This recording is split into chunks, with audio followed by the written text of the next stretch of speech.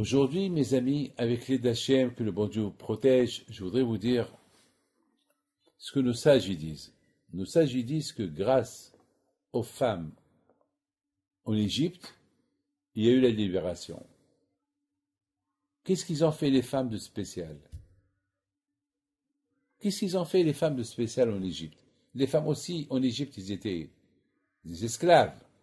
Alors qu'est-ce qu'ils ont fait les femmes de spécial en Égypte pour dire que grâce à eux, on a été libérés de l'Égypte?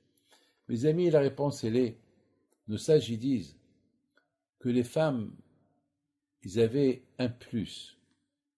Les femmes aussi, ils étaient esclaves en Égypte, mais ils étaient fidèles à leur mari. Eux aussi, avec toutes les souffrances qu'ils souffraient, et surtout lorsqu'ils accouchaient des enfants, et Paro, ils prenaient leurs enfants, ils les tuaient, ou ils se lavaient avec leur sang lorsqu'ils avaient la lèpre, ou bien lorsque pendant 1 an, il a dit tous les enfants qui vont naître, il faut les jeter au Nil, à la rivière. Les femmes, ils ont souffert, hein. Ils ont souffert le martyre. Mais quand même, ils ont dit, sinon on souffre, et nos maris souffrent, donc c'est la perte, c'est la fin du judaïsme. C'est la fin du judaïsme. Alors qu'est-ce qu'ils ont fait? Ils ont eu le courage. Ils ont eu le courage. Quel courage ils ont eu? D'aller chercher leur mari, où ils travaillaient. Et pour leur prendre, ils allaient au Nil faire la chasse pour pêcher des petits poissons. Hachamim qui disent que Hachem il faisait un miracle, que les poissons venaient vers eux. Ils vont les faire cuire et les prendre à leur mari qui crevait la faim.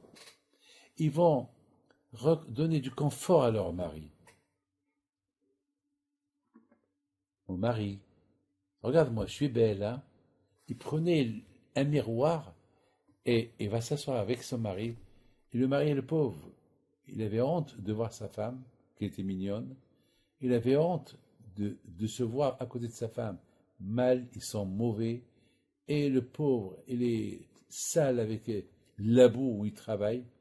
Et elle lui dit, mais tu es le plus bel homme du monde. Regarde-toi, regarde-moi.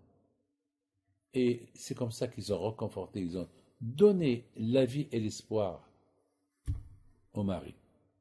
Donc c'est ça qui a donné au mari des juifs, des femmes juives égyptiennes, le courage pour surmonter les blessures, surmonter toutes les souffrances égyptiennes. Et c'est ça qui leur a donné du courage. Vous savez, mes amis, il n'y a pas pire que le désespoir. Il n'y a pas pire que quelqu'un qui voit qu'il est perdu, qu'il est fini. Les femmes ils disaient à leur mari, mais un jour, on va quitter l'Égypte. Regardez. Ils disaient à leur mari, regardez, Baruch Hashem, on vit en juif. Voilà, on est toujours avec les non-juifs. Voilà, on parle toujours l'hébreu. Voilà, on a toujours nos vêtements juifs. On ne s'habille pas comme l'Égyptien. On ne parle pas comme l'Égyptien. On n'a pas les noms comme l'Égyptien. D'ailleurs, Baruch Hashem, voilà, ils reconfortaient leur mari. Et c'est ça qui a fait de ces femmes-là qui sont B'zchut Nashim Tzadkaniot. Grâce à ces femmes qui sont Tzadkaniot, les Juifs ont été libérés de l'Égypte. Et je vous donne quelque chose d'extraordinaire. Je vais vous dire quelque chose d'extraordinaire. Lorsque les Juifs ils ont quitté l'Égypte, ils ont traversé la mer, ils ont chanté Azeh Moshe.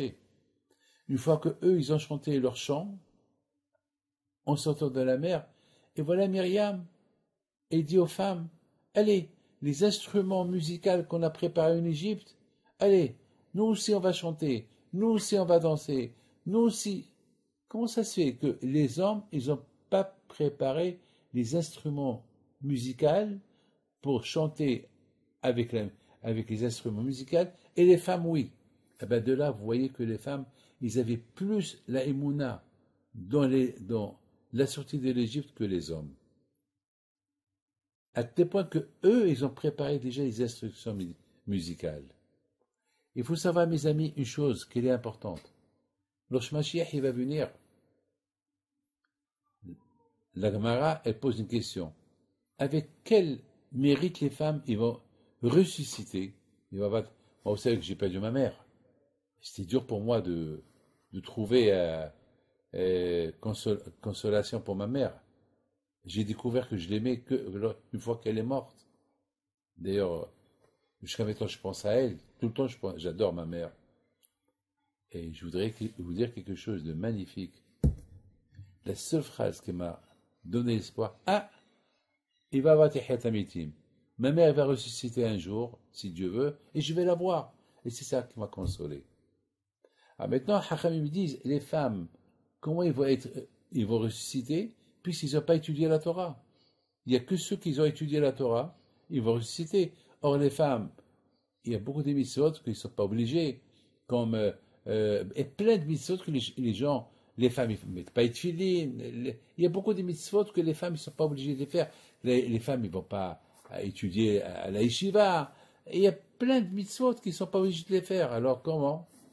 Les Hachamim, ils donnent une belle réponse. Ils disent, eh ben justement, les femmes, ils vont ressusciter, parce que c'est grâce à eux que les hommes, ils étudient la Torah.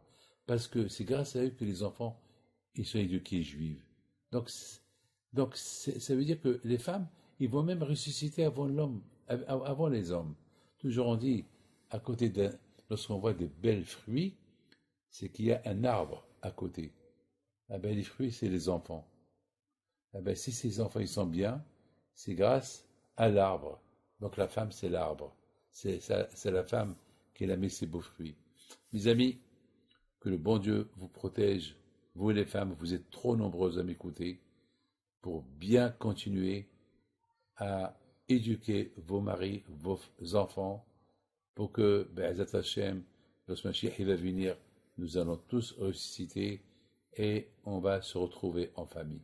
Que Dieu vous protège. Amen. Keratzon.